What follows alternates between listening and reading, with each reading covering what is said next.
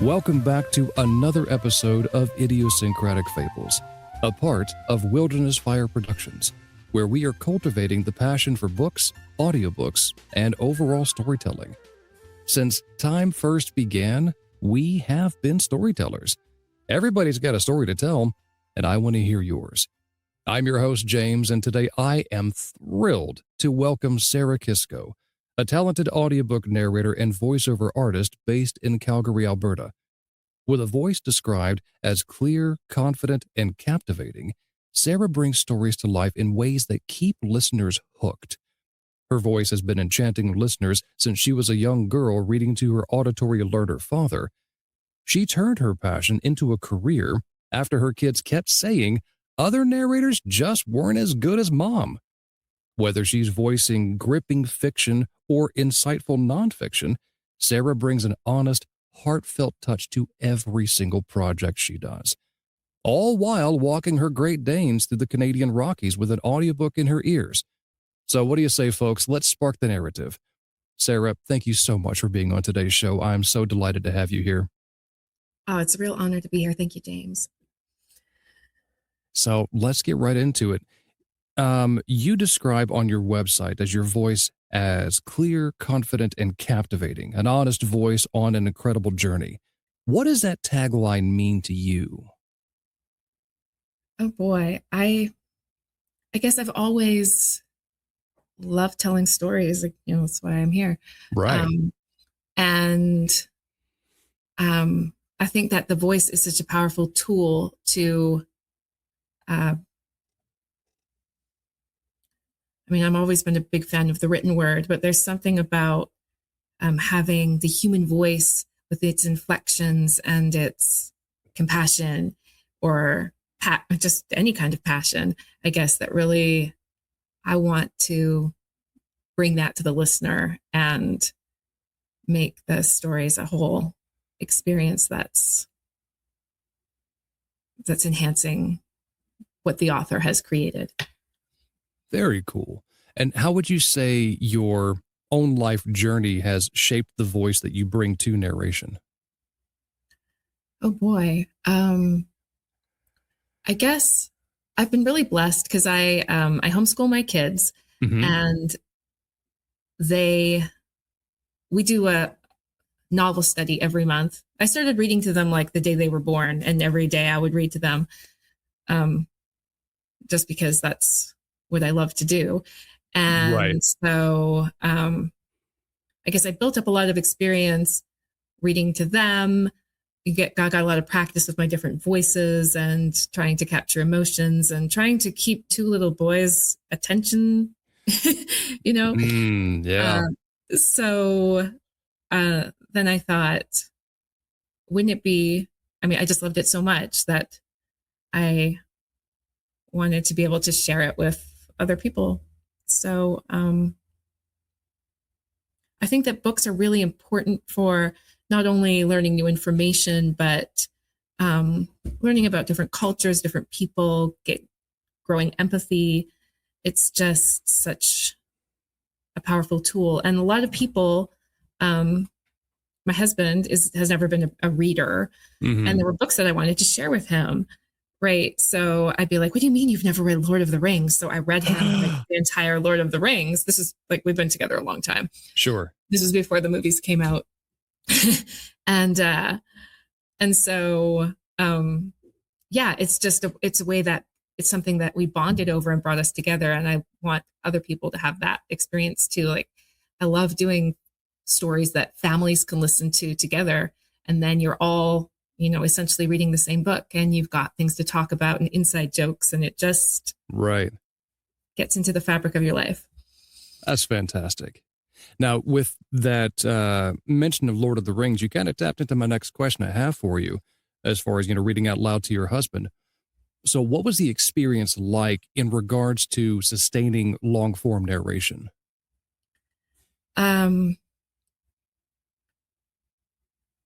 Well, I learned a lot about developing the characters, because you need to know who they are, what they sound like, what their motivations are.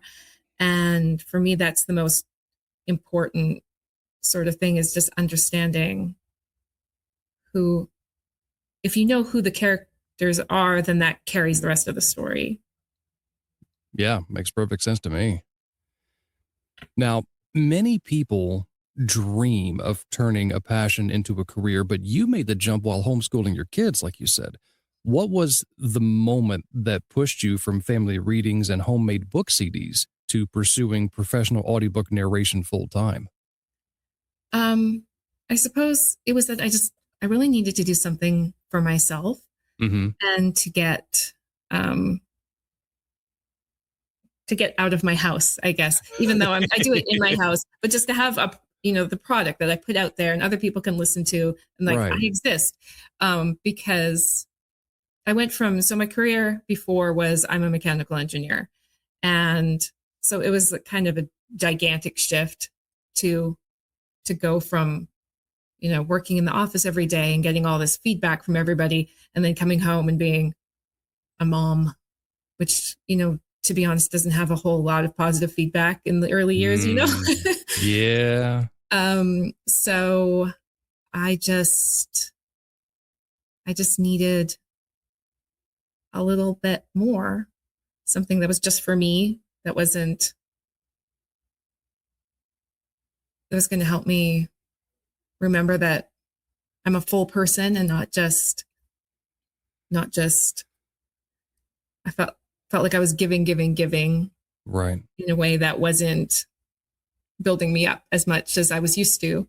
So this helped me create things that sustain me in a different way. And so when I come back to my family, my husband and my kids, I show up better. If that makes sense. It makes perfect sense. It's almost like a way to recharge yourself in a way, if I'm hearing you right. Yeah, exactly. I love that. So your kids apparently turned off other audiobooks because mom was better. That's such a fun story. That Tell me sounds about mean. that. It's like, it's not that the narrators were even bad. I think they just got used to my voice. Like I would do. Sure. If we're doing a series, like let's say I did Percy Jackson, right? Okay. And so after I've read the first like 2 or 3 books, like that, they know this is Percy and this is Grover or whoever, right? And so then when I tried to get them to listen to the audiobook, they're like, well, that's not what that character sounds like. I'm like, get used to it. But I did end up reading every single book in the Percy Jackson series out loud, and there's a lot. That's actually a series I have not read yet. But my story is similar to yours, to where I started reading the Chronicles of Narnia to my kids. And to this day, my oldest daughter, because we were going through our personal book collection here at the house, and my wife offered one of the box sets we have to our oldest daughter. She goes, I'm good. I know those stories inside and out, and there will never be another version that's as good as Dad reading it out loud. I went, oh, pumpkin. That makes my heart so happy. Thank you so much. I love that. Yeah, it's fantastic. And actually, I was overheard reading out loud, and that's what got my start in audiobook narration. So that's a pretty cool story for another time. Oh, yeah. You, though, are known for an expressive voice in fiction and a calm, knowledgeable tone in nonfiction. How do you prepare differently for each genre? Oh, it's totally different. So for fiction, again, like I said before, it's all about, for me, it's about the characters. And so I spend a lot of time prepping mentally, I guess, about who they are, what their reasoning, their motivations are. And I create a whole catalog of all the characters in the book and what their voices are. I do an excessive amount of prep work, I think. But then when I get to the story, I can just dive in and know exactly what's happening and what I can expect from the characters. Right. And nonfiction, I actually thought when I started that I would do primarily nonfiction, because that, when I'm not reading to my kids, nonfiction is what I primarily turn to. Okay. I love learning new things. I'm kind of addicted to researching. So, so I love doing nonfiction because it's like, oh my goodness, I'm getting paid to learn. What? It's very exciting for me. Yeah, I at first when I started, 8 years ago, I was opposed to anything related to nonfiction because I wanted everything fiction related, mysteries, thrillers, lit RPG, fantasy, sci-fi, bring it all to me. And then I kept getting offers for nonfiction through, folks like Tantor and whatnot. And with everyone I've done, I've enjoyed it more and more because, like you, I also enjoy learning, and I'm a bit of a research nut as well. But yeah, with everyone I've done, I've walked away, learning something I didn't know before. I'm like, I don't have any regrets about narrating that book. Now, Yeah, I there think have been a couple of bad apples, but, I aside, get I get passionate about whatever the subject is, and I really hope that that shines through in yeah. the narration. So walk us through your process of getting into character as far as fiction book goes. Oh, um, well, part of it is a mental preparation Mm-hmm. about what is their backstory, how did they get where they are, what are their dreams for the future. But a lot of it is just when you're thinking about the voice, how to express it physically.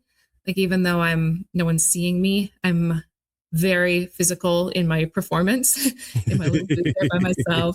I've got, if she runs her fingers through her hair, I run my fingers through my hair. And I do a lot of hand action. Sometimes I bump my mic, like it's bad. Oh gosh. But I get right into it. Like I live the story as Yeah. I'm reading it. So that's my experience anyway. I love that. Would you be willing to share an example of a particularly challenging book you've narrated? Maybe one with tricky accents, emotional depth, or even technical content? Okay. I think the one that first comes to mind is I had to do a book that had 10 brothers. Oh, wow. Yeah. So that was super, super challenging because they all had to sound reasonably like they were from the same place. So Mm-hmm. there's only so much you can do with accents. And they were all men. So I had to, figure out what I ended up doing was I wrote them all out and kind of looked at all their dialogue, and some of them didn't have a lot of background information about them. So I just had to kind of assign like this is the sporty guy, or this is the shy guy, and this is the nerdy guy, or whatever, and Gotcha. just kind of gave them descriptors so that I would have a quick way to switch into that. Even if their voices weren't different, hopefully just the way that they were speaking and their different passions. I tried to get it to come across. Okay. Now, you spent a lot of time listening to audiobooks yourself during long walks with your Great Danes, Titan, and Venom in the Canadian Rockies. Mhm. How does being an avid listener influence the way you perform as a narrator?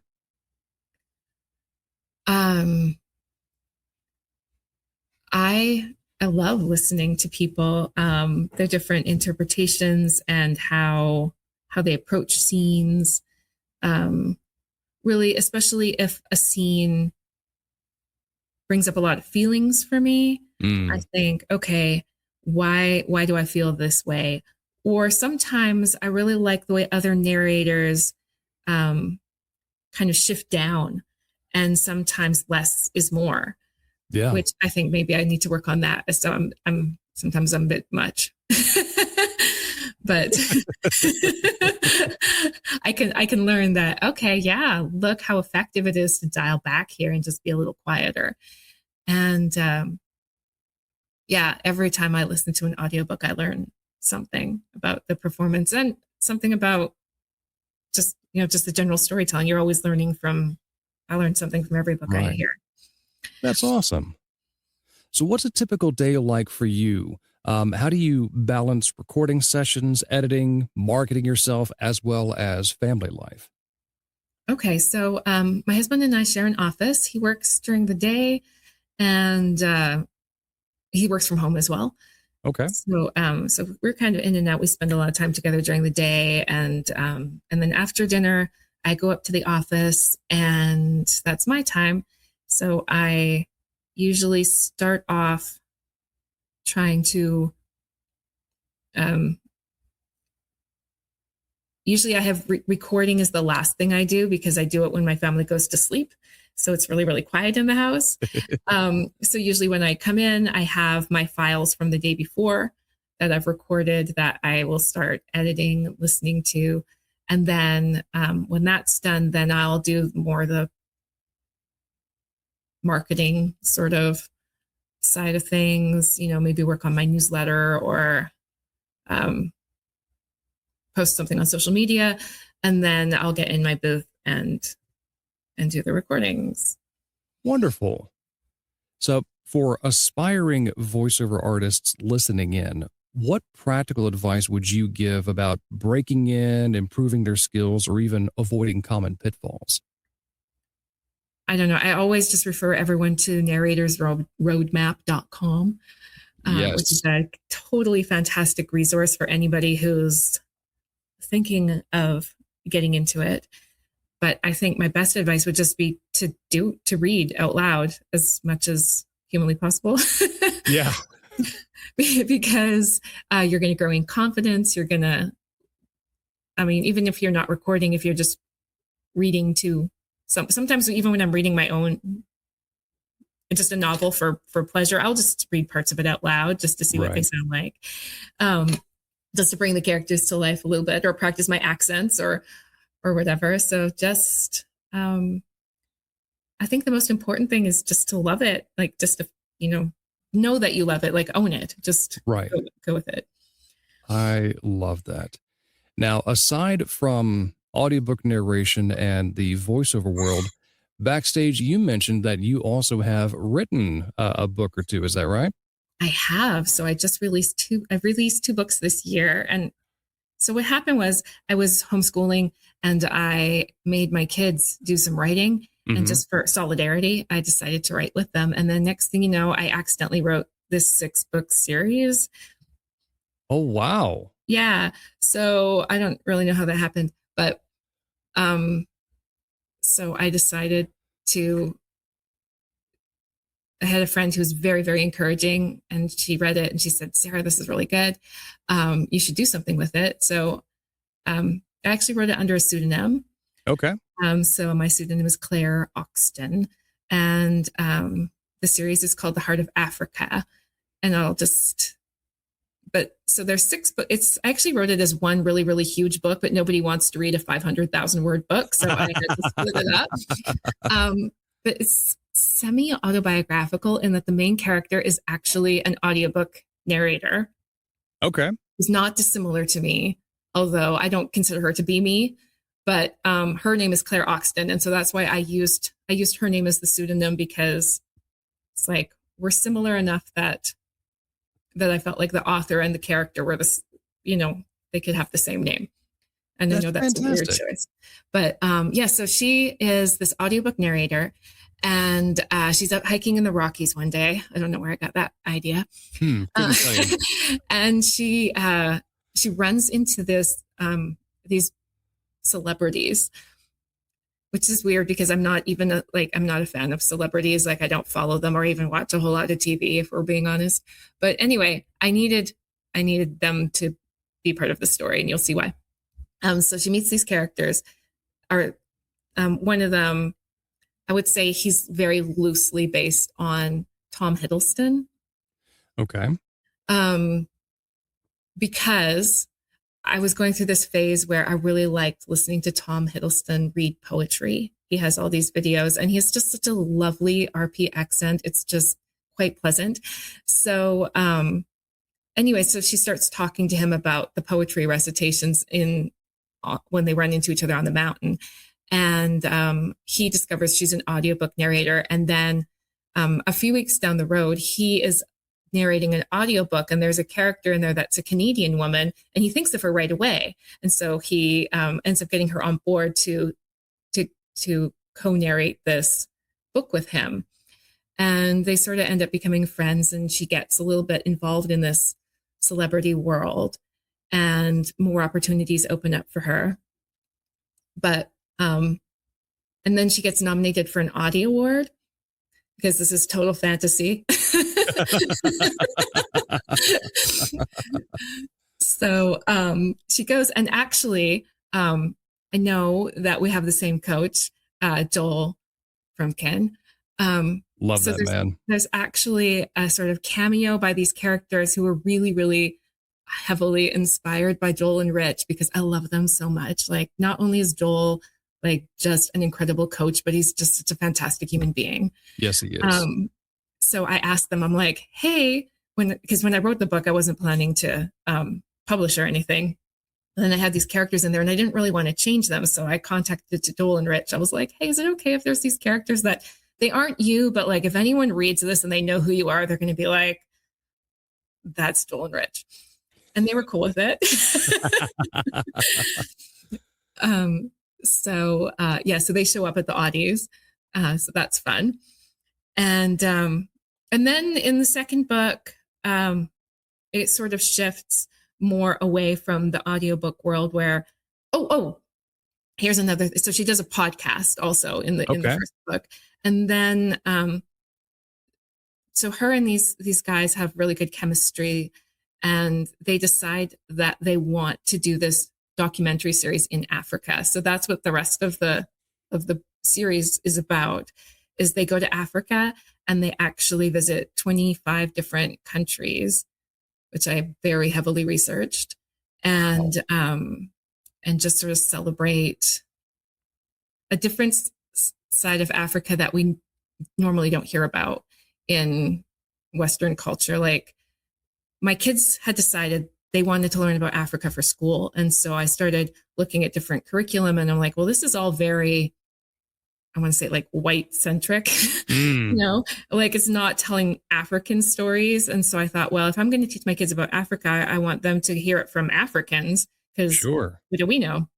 So I started following all these African vloggers and trying to, I mean, obviously I'm just still a white woman from Canada, but just sort of, I just learned so much about how Africa has developed post-colonial time, in post-colonial times, and how each country has its own story and successes and failures, and and the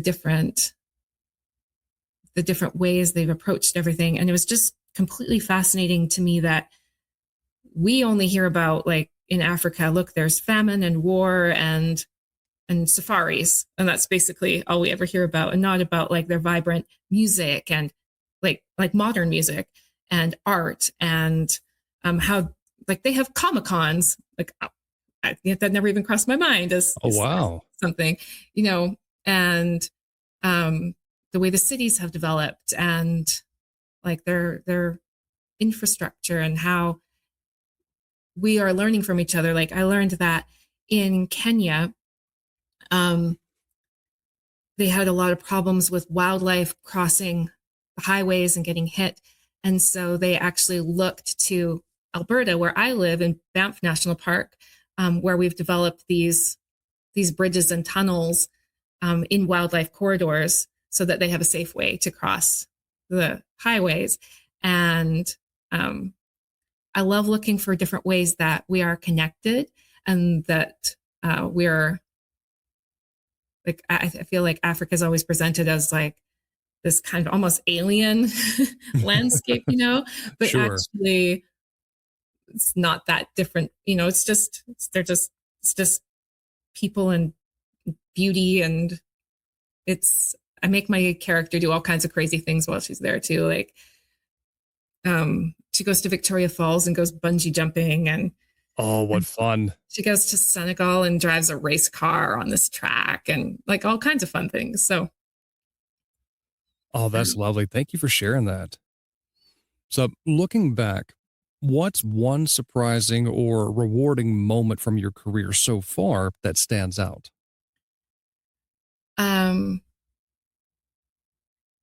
This is not exactly related to audiobooks, but I did somehow just, I don't even know how I landed this commercial for doing Quaker Oats Oh, cool. Canada. So that for me, that was like a huge highlight because I ate, like, we have Quaker Oats like several times a week. And I don't know how I landed that one, but then, it was on the TV, it was all over Facebook. Everyone, everyone was excited. They'd call me, be like, I heard you, I heard your commercial. So I don't think I'd normally want to do a lot of commercials because there aren't a lot of products that I'm, so excited that I want to use and promote. But that was a huge thing. And it was in the middle of COVID. So like they brought me into a studio and it was just nice to like get out of the house back in those days. Yeah. So that was really fun. That just sort of got me excited about, I do a little bit of other voiceover work besides audiobooks, a lot of like corporate narration sort of things. Sure. But yeah, that kind of got me really revved up. Very, very cool. All right, couple last questions for you before we draw this show to a close. Where can people find your books that you've written? So my books are available on Amazon and Audible. So again, it's Claire Oxton, and I have a website, claireoxton.ca. And I'm on social media. I'm on Facebook, Instagram. And the first book the books are, all the titles are related to Philippians chapter 4, verse 8. So it's whatever is true, whatever is noble, whatever is right, etc. Very nice. Those are the names of the books. Yeah.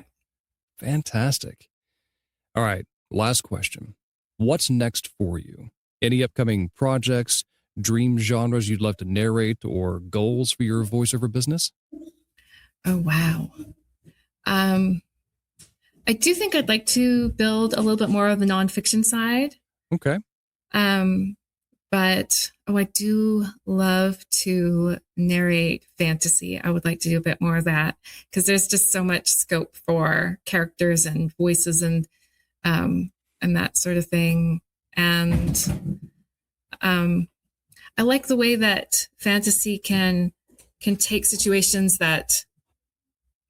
from our general society and put them in a different location so that we can analyze it in a more, like, take a step back. Sometimes when you're in the middle of a situation, it's hard to see what's going on. But then when you throw it in a different kind of perspective, you get to understand it a little better. So that's what I like about fantasy. Yeah, it's just something special about that genre as a whole. I love it as well. Sarah, thank you so much for this wonderful conversation. I truly appreciate your time today. Well, thank you so much for having me and listening to me Babylon. Hey, that's okay. That's why I do this. And just to quickly wrap up, from family road trips, reading Lord of the Rings, to building a professional narration career while homeschooling, you've reminded us that authentic voices, and may I add, human voices, can truly captivate. Thank you for sharing your insights on the craft, the industry, and balancing it all with those epic walks with Titan and Venom. Listeners, I truly invite you to check out Sarah's work on Audible and follow her journey at sarahkiskovo.com or on Instagram at sarahkiskovo. Also, I highly encourage you to check out her written work, as you've just heard, under her pseudonym Claire Oxton. You can find her on Amazon as well as the website she's built for that as well. And then thank you, dear listener, each and every one of you, for tuning in. If you've enjoyed this episode, I ask that you please rate it, review it, and subscribe to the channel. It helps us reach more storytellers just like you. Drop us a line on social media or even email about who you'd love to hear next, or even better, if you'd like to be a guest on the show. Also, I host a Discord server where I showcase my behind-the-scenes work of audiobook narration. Click the link in the show notes because I would love to have you as a part of that community. And as always, dear listener, everybody has a story to tell, and I want to hear yours. So until I talk to you next time, peace be with you.